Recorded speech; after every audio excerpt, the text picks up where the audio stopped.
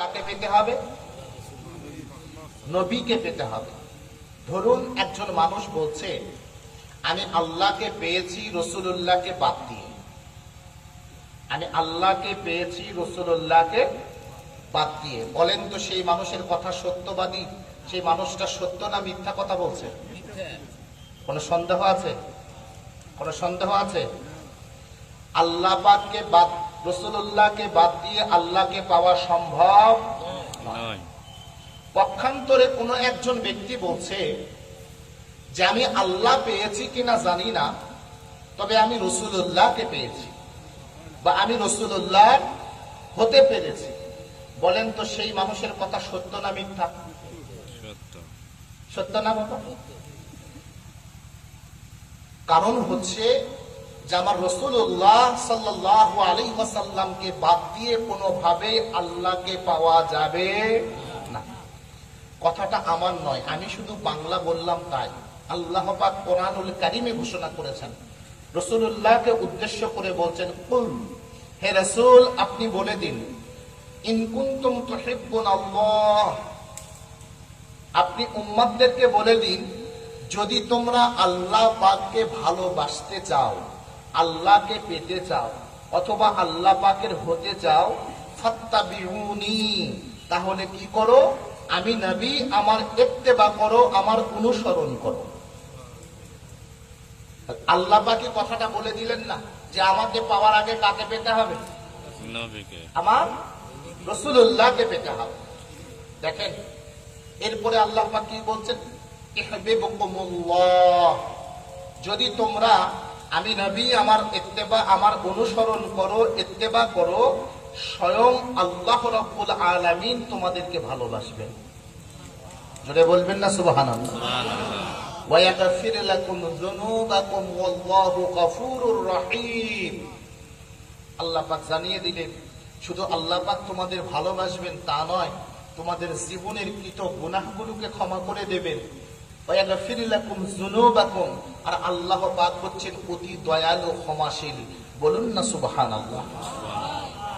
বাবাজিরা আমার, কত সুন্দর করে আবার আল্লাহ পাক বললেন, জগতের বুকে সবচাইতে শ্রেষ্ঠ মর্যাদার মানুষ হচ্ছে আল্লাহ রাসূলের সাহাবীগণ। সবচাইতে সর্বশ্রেষ্ঠ মানুষ হচ্ছে কারা? আল্লাহ রাসূলের সাহাবায়ে কেরাম রাদিয়াল্লাহু তাআলা আলাইহিম আজমাইন। কেমন শ্রেষ্ঠ? হযরতে ইমাম জালালউদ্দিন সুয়ুতী রাহমাতুল্লাহ আলাইহি হাবিলিল ফাতাওয়া কিতাবের মধ্যে উল্লেখ করেছেন, প্রখ্যাত আলেম, কেউ বলেছেন তাবেঈ, কেউ বলেছেন তাবে তাবেঈ, হযরতে আব্দুল্লাহ ইবনে মুবারক রাহমাতুল্লাহ আলাইহিকে প্রশ্ন করা হয়েছিল। আমার কথা শুনছেন তো বাবা? হ্যাঁ, আব্দুল্লাহ ইবনে মুবারক রাহমাতুল্লাহ আলাইহিকে প্রশ্ন করা হলো, হুজুর হযরতে ওমর ইবনে আব্দুল আজিজের দরজা মর্যাদা বেশি নাকি হযরতে মুআবিয়া রাদিয়াল্লাহু তাআলা আনহুর দরজা বেশি? এই দুইজন, মুআবিয়া রাদিয়াল্লাহু তাআলা আনহুকে চিনেন তো? জানেন তার সম্পর্কে? হযরতে মুআবিয়া রাদিয়াল্লাহু তাআলা আনহু এবং হযরতে আলী রাদিয়াল্লাহু তাআলা আনহুর মানে যুদ্ধ হয়েছিল। কথা বুঝতে পারলেন বাবা? যুদ্ধ হবার কারণে একদল মানুষ বলে থাকে হযরতে মুআবিয়া রাদিয়াল্লাহু তাআলা আনহু অপরাধী ছিলেন, পাপী ছিলেন, গুনাহগার ছিলেন। বলুন না নাউযুবিল্লাহ? আর পরবর্তীতে ইসলামের পঞ্চম খলিফা বলা হয় হযরতে ওমর ইবনে আব্দুল আজিজ রাহমাতুল্লাহ আলাইহি, যিনি সর্বপ্রথম প্রথম শতাব্দীর মুজাদ্দিদ ছিলেন, যুগ সংস্কারক ছিলেন, এবং এত সুন্দরভাবে তিনি রাষ্ট্র পরিচালনা করেছেন, তামাম জগতের মানুষ বলেছেন যে খোলাফায়ে রাশেদার চারজন সাহাবীর পরেই যার মর্যাদা খেলাফত রাষ্ট্র পরিচালনার ক্ষেত্রে তিনি হচ্ছেন ওমর ইবনে আব্দুল আজিজ রাহমাতুল্লাহ আলাইহি, যার যে মানুষটার সম্পর্কে কোনো সমালোচনা নাই। কিন্তু হযরত মুআবিয়া রাদিয়াল্লাহু তাআলা আনহু সম্পর্কে সামান্য হলেও সমালোচনা আছে। পার্থক্য হচ্ছে হযরতে মুআবিয়া রাদিয়াল্লাহু তাআলা আনহু সাহাবী আর ওমর ইবনে আব্দুল আজিজ হচ্ছেন তাবেঈ। আব্দুল্লাহ ইবনে মুবারাককে প্রশ্ন করা হলো, হুজুর এই দুইজনের মধ্যে কার দরজা বেশি, কার মর্যাদা বেশি? একজনের সম্পর্কে কোনোই সমালোচনা নাই, সবাই বলছে লোকটা ভালো। আর একজন সম্পর্কে একটু সমালোচনা আছে, হুজুর এই দুইজনের মধ্যে ভালো কোনটা, কে উত্তম? হযরত আব্দুল্লাহ ইবনে মুবারাক রাহমাতুল্লাহি আলাইহি বলছেন,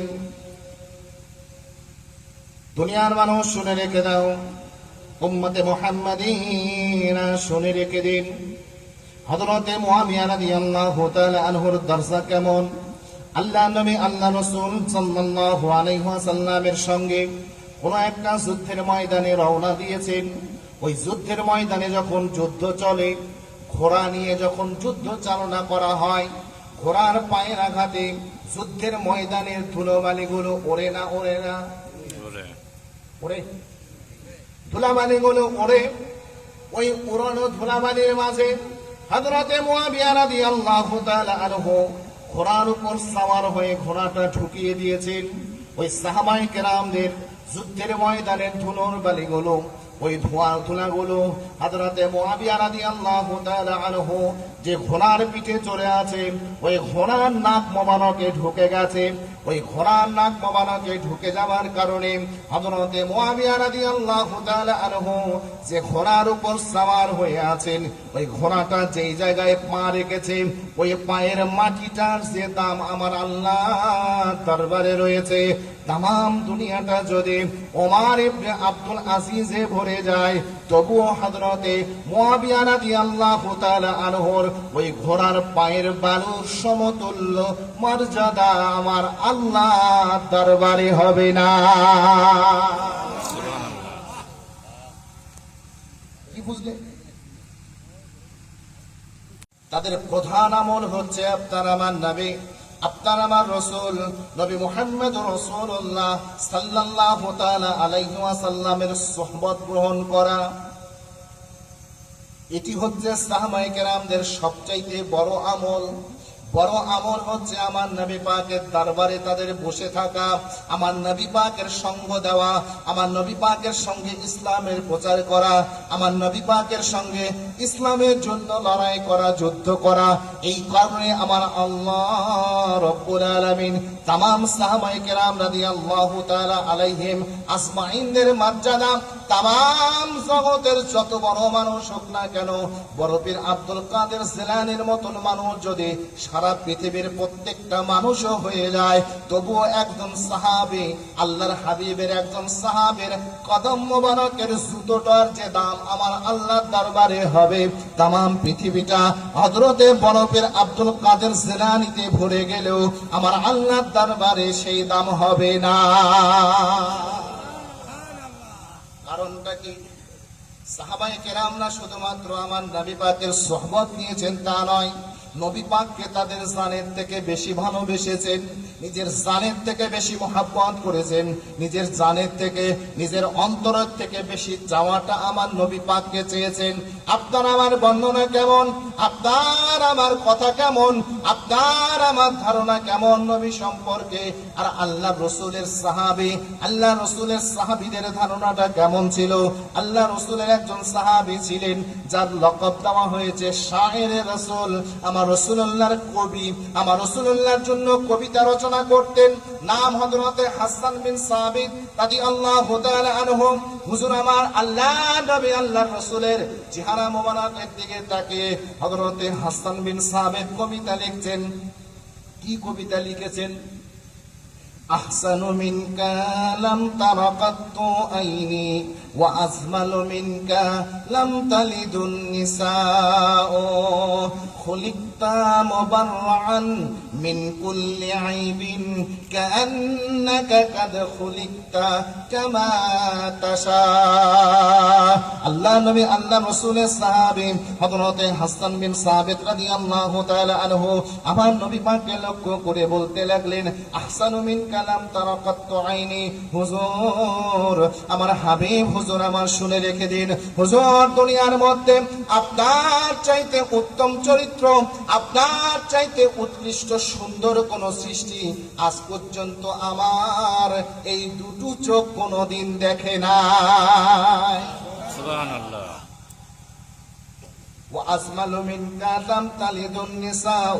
হুজুর শুধু আপনাকে আমার দুটো চোখ দেখেছে তা নয়, হুজুর দুনিয়ার মধ্যে যত মা দুনিয়াতে সন্তান প্রসব করেছে, যত মা দুনিয়ায় সন্তান প্রসব করেছে, আপনার চাইতে আজমাল সুন্দর উৎকৃষ্ট কোন সন্তান আজ পর্যন্ত দুনিয়ার কোন মা সন্তান প্রসব করতে পারে না। খুলিকতা মুবাররান মিন কুল্লি আইবিন, হুজুর আপনাকে আল্লাহ পাক কেমন করে পয়দা করেছেন।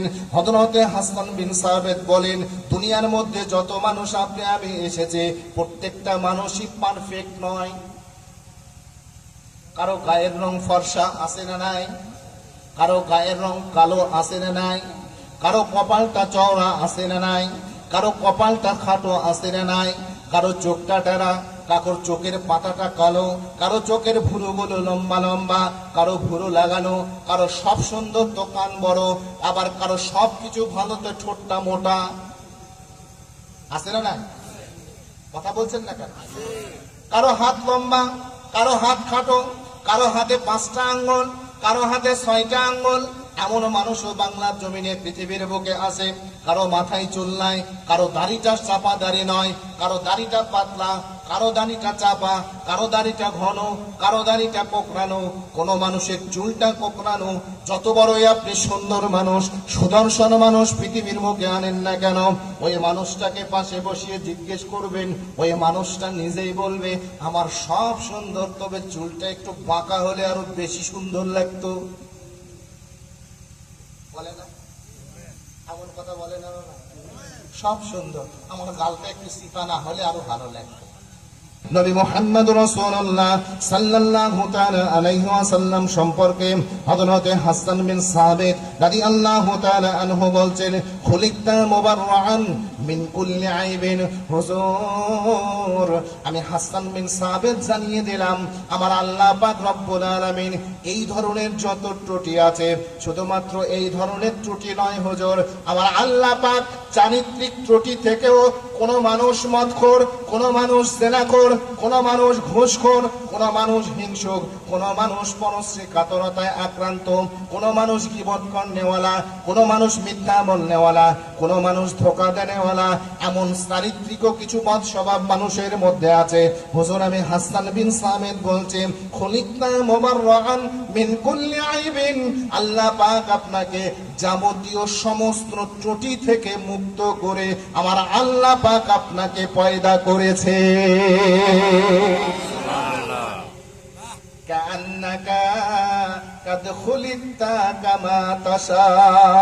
ও দুনিয়ার মানুষরা শুনে রেখে দেন, সিঙ্গারুলের বাবাজিরা আমার শুনে রেখে দেন, আমার নবী পাকের ব্যাপারে হাসান বিন সাবিত রাদিয়াল্লাহু তাআলা আনহু বললেন, হুজুর মনে হয় যেন খুলিকতা কান্নাকা খুলিকতা কামা তাশা, মনে হয় যেন আপনি যেমন করে নিজে পয়দা হতে চেয়েছেন, আপনি যেমন ভাবে সৃষ্টি হতে চেয়েছেন, আপনি যেমন ভাবে সুন্দর হতে চেয়েছেন, আমার আল্লাহ পাক আপনার চাওয়া অনুযায়ী আপনাকে সৃষ্টি করেছে। তায়েফের ময়দানে ব্যবসা বাণিজ্যের জন্য গিয়েছেন, এমন করে এমন সময় তার কাছে খবর এসে গেল, দুনিয়ার মানুষের কাছে খবর ছড়িয়ে পড়ল, আপনার আমার নবী, দিন দুনিয়ার বাদশা, আখেরি জামানার নবী, নবী মুহাম্মদুর রাসূলুল্লাহ সাল্লাল্লাহু তাআলা আলাইহি ওয়াসাল্লাম হুজুর আমার দুনিয়া থেকে বিদায় নিয়েছেন। খবরটা যখনই হযরতে আব্দুল্লাহ ইবনে আব্দে রাব্বির কানে চলে গেল, হুজুর আমার দুটো হাত তুলে আমার আল্লাহ রাব্বুল আলামিনের দরবারে দোয়া করতে লাগলেন, আল্লাহুম্মা আসহিব আন্নিল বাসার, আমার আল্লাহ আমার চোখের দৃষ্টি থাকবে আর আমি আপনার নবীকে দেখতে পাবো না। আপনার নবী ইন্তেকাল করেছে, আজকে তাকে খবর দেওয়া হবে, আমার আল্লাহ পাক আপনার হাবিবকে আমি দেখতে পাবো না, আমার চোখের দৃষ্টি শক্তি থাকবে আর নবীর চেহারাটা দেখতে পারবো না। না না না না, আল্লাহ পাক তা হতে পারে না। ও আমার আল্লাহ রাব্বুল আলামিন আপনার কাছে দোয়া চাই, আপনি এই মুহূর্তে আমার দৃষ্টি শক্তিটাকে কেড়ে নিন। সাহাবীরা দোয়া করছে। কারা দোয়া করেছে? সাহাবী। যারা নবী পাকের দরবারে বসে বসে দিন শিখেছে, যারা নবী পাকের কাছে বসে বসে ইসলাম ধর্ম, যুদ্ধ, জিহাদ, হজ, রোজা, যাকাত যা আছে সব শিখেছে, তাদের কাছ থেকে আস্তে আস্তে আস্তে আস্তে আস্তে আস্তে আস্তে আস্তে আজ পর্যন্ত আপনার আমার কাছে এসেছে। সেই সাহাবী আমার নবী পাকের ইন্তেকালের খবরটা শুনতে পেলেন, তিনি দোয়া করলেন, আল্লাহুম্মা আযহিব আন্নিল বাসার, আমার আল্লাহ আমার দৃষ্টি শক্তি থাকবে, আমি চোখ দিয়ে দুনিয়াটা দেখতে পারবো, আপনার নবীকে দেখতে পাবো না, না না না না, এমন দৃষ্টি শক্তি আমার দরকার নাই, আপনি আমার দৃষ্টি শক্তিটাকে কেড়ে নিন। কিতাব সাক্ষ্য দেয় হযরতে আব্দুল্লাহ ইবনে আব্দুর রব্বের দোয়া করাটা শেষ হয়ে গেছে, দোয়া করাটা শেষ হয়ে গেছে, আমার আল্লাহ রব্বুল আলামিন তার দৃষ্টি শক্তিটাও কেড়ে নিয়েছে। তাহলে কত অন্তর থেকে দোয়া করেছে বাবা, বুঝতে পারছেন কথা? কত অন্তর থেকে তারা দোয়া করেছেন। একের পর এক ঘটনা বলতে গেলে অনেক সময় হয়ে যাবে, আমি আমার কথাগুলো আপনাদেরকে সহজে বোঝাতে পারবো না। আর একটা আলোচনা, একটা হাদিস বুখারী শরীফের বর্ণনা আপনাদের কাছে শোনাই বদরের যুদ্ধ সম্পর্কে। বদরের যুদ্ধ যখন হয় তার আগে প্রাসঙ্গিক কথা বুঝবার জন্য, বদরের যুদ্ধটা কেন হয়েছিল, রব্বুল আলামিন আপনার আমার নবী আখির জামানার নবী মুহাম্মদুর রাসূলুল্লাহ সাল্লাল্লাহু তাআলা আলাইহি ওয়াসাল্লামকে লক্ষ্য করে আমার আল্লাহ পাক কোরআনুল কারীমের আয়াত নাযিল করে দিলেন। আমার আল্লাহ পাক জানিয়ে দিলেন, নবী মুহাম্মদ সাল্লাল্লাহু আলাইহি ওয়াসাল্লাম আপনি কাফেরদের সাথে যুদ্ধ করুন। নবী পাক রওনা দিয়েছিলেন বাণিজ্য কাফেলা ধরবার, আর এখন আয়াত নাযিল হলো কিসে? যুদ্ধ করা। তাহলে যুদ্ধ করার প্রস্তুতি একটা আলাদা, আর এমনিতে আপনাকে বা কোনো একটা মানুষকে ঠেকানোর প্রস্তুতি আলাদা। এখন সর্ব অবস্থায় আল্লাহর হুকুমের উপর সন্তুষ্ট রাজি থাকতে হবে, এটাই তো মুসলমানের কথা, তাই না বাবা? আল্লাহ পাকের রাসূল এখন চিন্তায় পড়ে গেলেন, মাত্র 2টা ঘোড়া, 70টা উট, 5-7টা তরবারি আর 2টা সৈন্য, সশস্ত্র সৈন্য, এই দুটো সৈন্য দিয়ে 1000 যোদ্ধাদের সাথে কেমন করে মোকাবেলা করো? আর এটা তো আমার দেশ নয়, আমার দেশ তো মক্কা, মক্কা থেকে আমি এসেছি, এই মানুষগুলো আমাকে আশ্রয় দিয়েছে, আমাকে আশ্রয় দেওয়ার কারণে আজ তাদের উপর হামলা করার জন্য লোক এসেছে, আমাকে আশ্রয় দেওয়ার জন্য। আবার আল্লাহ পাক আবার আমাকে বলছে, নবী মুহাম্মদ আপনি তাদেরকে নিয়ে তাদের সাথে যুদ্ধ করুন। আর যদি আমি যুদ্ধ করার কথা তাদেরকে বলি, আর মদিনার মানুষগুলো যদি বলে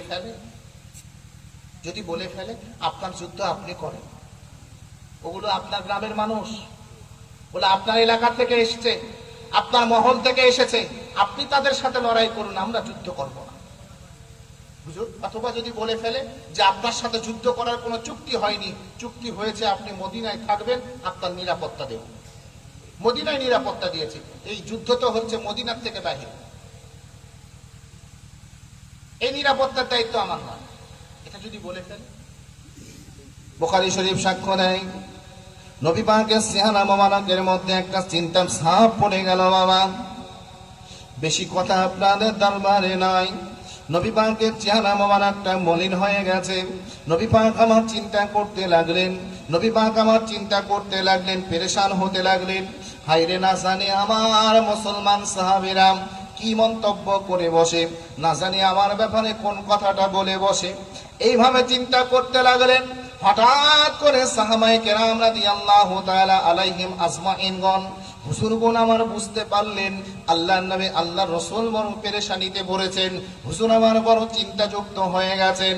আল্লাহর রাসূলের সাহাবীরা জিজ্ঞেস করে বসলেন, ইয়া রাসূলুল্লাহ, ইয়া হাবিবাল্লাহ, হুজুর আপনার মধ্যে বড় পেরেশানির ছাপ দেখতে পাচ্ছি হুজুর, আপনার চেহারা মোবারকের মধ্যে বড় চিন্তার অবস্থা লক্ষ্য করা যাচ্ছে, হুজুর একটু মেহেরবানি করে বলবেন ঘটনাকে। নবী আমার জানিয়ে দিলেন, আমার সাহাবীরা শোনো, আমার আল্লাহ রব্বুল আলামিন আমি তো বের হয়েছিলাম কাফেরদের সৈন্যবাহিনী তাদেরকে ব্যবসা বাণিজ্যের কাফেলাটা ধরবার জন্য, কিন্তু আমার আল্লাহ পাক এখন আমাকে যুদ্ধের নির্দেশনা দিয়েছেন। আমি কেমন করে বলি তোমরা যুদ্ধের নির্দেশনা তোমাদের কথা? এই কথায় আমি চিন্তাযুক্ত হয়ে গেলাম। কথাটা শুনবার সঙ্গে সঙ্গে হযরতে আবু বকর সিদ্দিক রাদিয়াল্লাহু তাআলা আনহু হুজুর আমার দাঁড়িয়ে গেলেন। দাঁড়ানোর পরে বক্তব্য দিতে লাগলেন, ইয়া রাসূলুল্লাহ, ইয়া হাবিবাল্লাহ, হুজুর আমরা আপনার জন্য ঈমান এনেছি আপনার প্রতি। আমরা আপনার প্রতি আমাদের পূর্ব ধর্মটা ছেড়ে দিয়েছি, আমরা আপনার জন্য মক্কা মুকাররমাটা ছেড়ে দিয়েছি, আমাদের দেশ ছেড়ে দিয়ে মদিনা মুনাওয়ারায় এসে গেছি। হুজুর আপনি কেমন করে মনে করলেন আজকে মদিনা মুনাওয়ারা থেকে আরাফা এই বদরের প্রান্তরে এসে আপনাকে ছেড়ে দেব? না না না না না না, আপনি যা বলবেন আমরা তাই করব। যদি আপনি আমাদেরকে জীবন দিতে বলেন আমরা জীবন দিয়ে দেব, যদি আপনি আমাদেরকে যুদ্ধ করতে বলেন আমরা যুদ্ধ করব। এইভাবে হুজুর আমার সালাময় বক্তব্য দিলেন। বুখারী শরীফ খালা খুনুন। এরপরে হযরতে ওমর ইবনুল খাত্তাব রাদিয়াল্লাহু তাআলা আনহু, আল্লাহ রাসূলের সাহাবী হযরতে ওমর রাদিয়াল্লাহু তাআলা আনহু হুজুর আমার বক্তব্য দিলেন। এরপরে একজন সাহাবী দাঁড়িয়ে গেলেন, সেই সাহাবীর নাম হচ্ছে হযরতে মিকদাদ রাদিয়াল্লাহু তাআলা আনহু। বদরের ময়দানে সবচাইতে বড় যোদ্ধার পরিচয় যে সাহাবী দিয়েছিলেন হযরতে মিকদাদ। হযরতে মিকদাদ দাঁড়িয়ে বলতে লাগলেন, ইয়া রাসূলুল্লাহ, ইয়া হাবিবাল্লাহ, হুজুর আপনি কি মনে করেছেন মুসা নবী আলাইহিস সালাতু ওয়াস সালামের কওমের মানুষদের মতন আমরা আপনাকে বলবো আপনি আর আপনার আল্লাহ গিয়ে যুদ্ধ করেন? এটা বলবো? আপনি কি এমনটা মনে করেছেন? হযরতে মুসা আলাইহিস সালাতু ওয়াস সালামের উপর সংক্ষেপ বুঝবার জন্য মুসা নবীর উপর